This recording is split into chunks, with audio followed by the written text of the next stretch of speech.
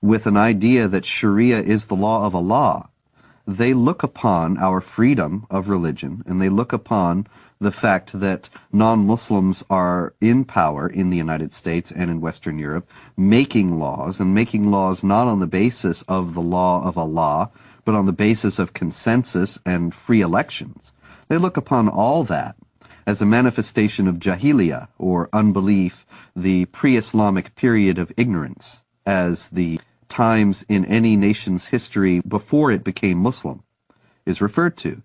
So that you have Pakistan and Iran and so on, they refer to the period of their history before they became Muslim as the period of jahiliyyah. They also will consider the United States and Western Europe to be in periods of jahiliyyah today. And many Muslims coming into the United States and Western Europe will work to establish Islamic states here on the basis of the idea that the secular state and the state based on elections has no legitimacy. And you don't have elections about the law of Allah. You simply obey what God says.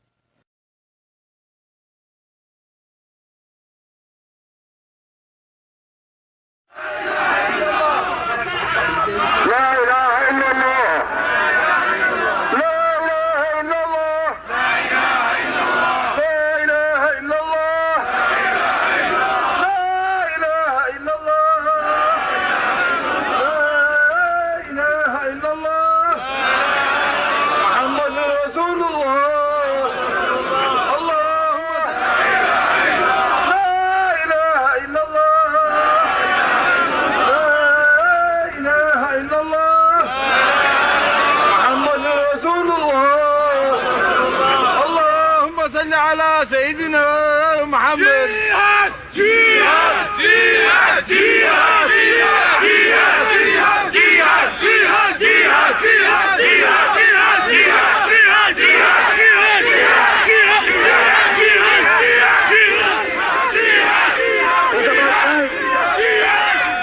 It's about time for the whole West to realize Islam is the truth.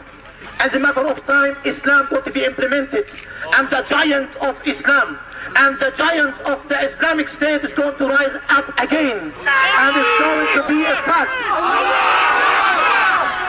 And it's going to be a true fact in reality. Look, the Muslims in Egypt, they go for Islamic State. Look in Bilad al-Haramain, jihad for the sake to establish the Quran. Look in Iraq, look in Afghanistan, in Uzbekistan, in Pakistan, even in Europe, people calling La ilaha illallah, Muhammad Rasulullah. It's a matter of time. It's a matter of time the Sharia will be implemented and the Muslim Ummah will be united.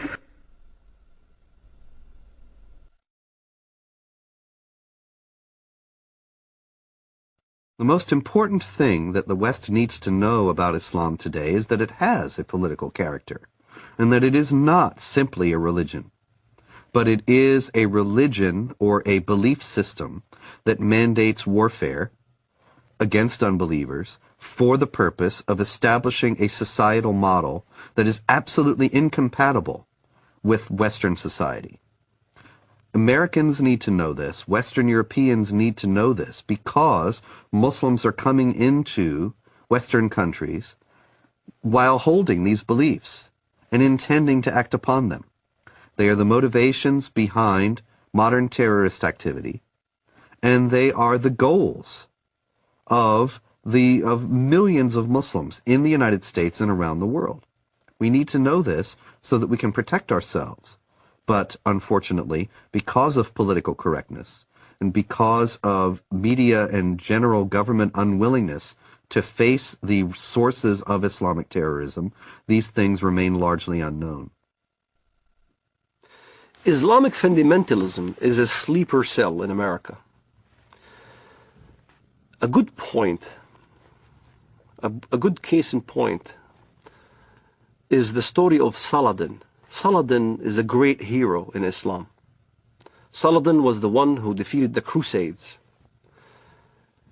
There was a treaty that's supposed to be happening between the Crusades and Saladin. And the story goes as follows. The Arab mediator came to Saladin and said, the Quran says that if they concede to peace, then concede to it, which means that if the enemy wants peace, let's have peace, which is a verse you can find directly in the Quran. And Saladin responded with a great answer when he stated to the guy, you are an Arab and I'm a Kurd. You should know the Quran better than I. Don't forget, the Quran also says, why should we concede for peace when we have the upper hand? So you find both verses in the Quran.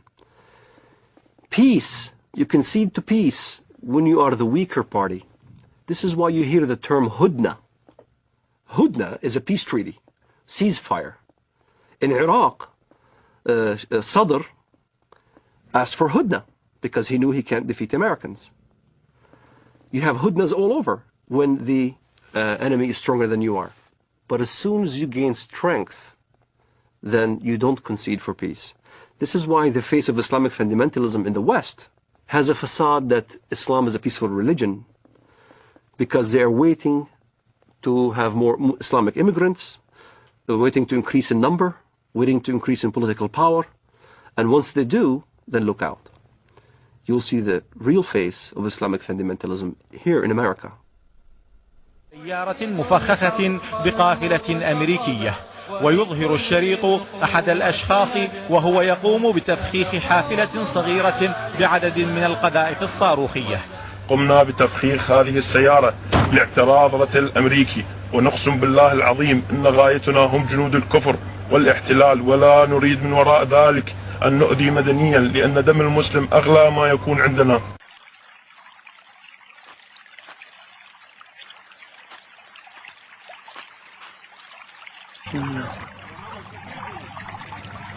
الله أكبر الله أكبر الله أكبر الله أكبر الله أكبر.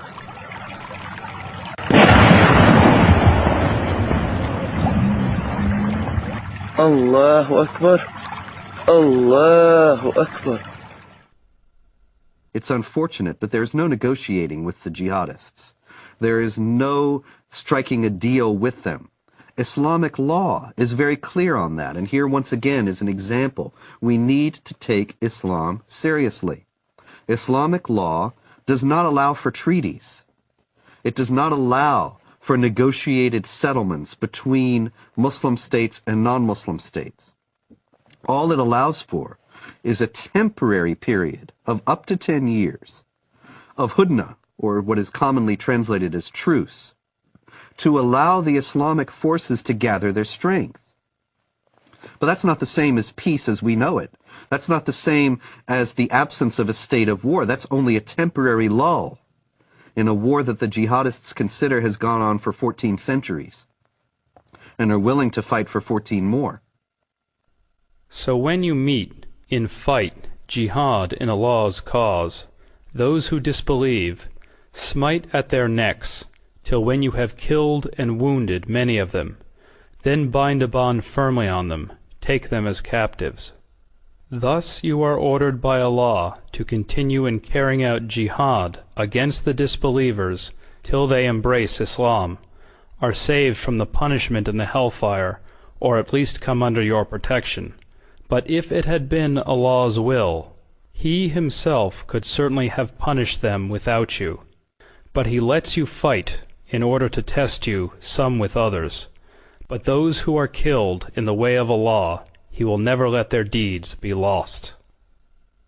In Islamic thinking, the world is divided into the house of Islam, where Islamic polity has been established, where Allah rules supreme, and the house of war, which is the rest of the world.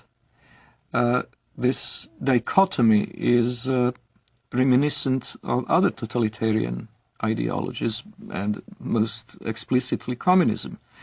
Both communism and Islam seek the end of history in this world. The end of history will come when either the whole of our planet becomes Dar-ul-Islam, or else when the proletarian revolution brings the avant-garde of the working class to power all over the world, which will be the end of state, the end of money, and the end of class oppression. In both cases,